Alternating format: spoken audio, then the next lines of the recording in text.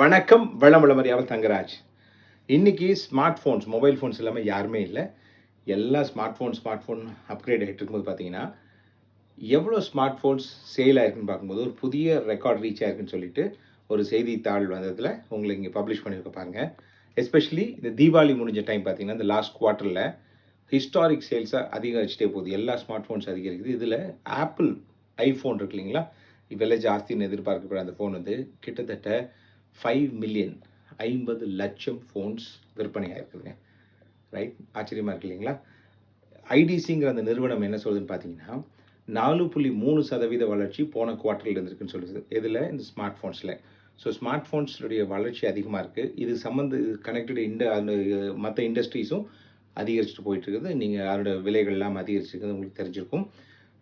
நீங்கள் தெரிஞ்சுக்க வேண்டியது என்னென்னா, நம்ம ஸ்மார்ட் ஃபோனோ எதுவோ ஒன்று வாங்குறதுக்கு முன்னாடி கடனில் வாங்காமல் முடிஞ்ச அளவுக்கு கேஷாக வாங்குறது நல்லது.